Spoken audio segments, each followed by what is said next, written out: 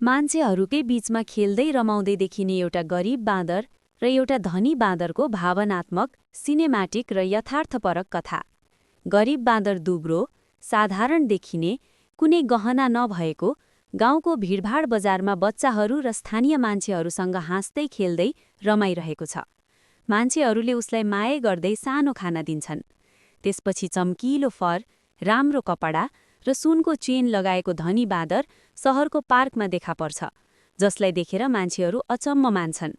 दुवै बाँदर मान्छेहरूकै बीचमा दौडिँदै, उफ्रिँदै, नाच्दै र खेल खेल्दै रमाइलो गर्छन्।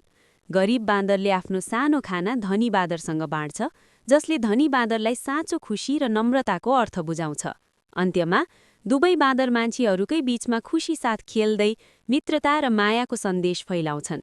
भावनात्मक कथा, पारिवारिक मैत्री, प्राकृतिक बाँदरको व्यवहार, मान्छेहरूसँग अन्तर्क्रिया, सिनेमाटिक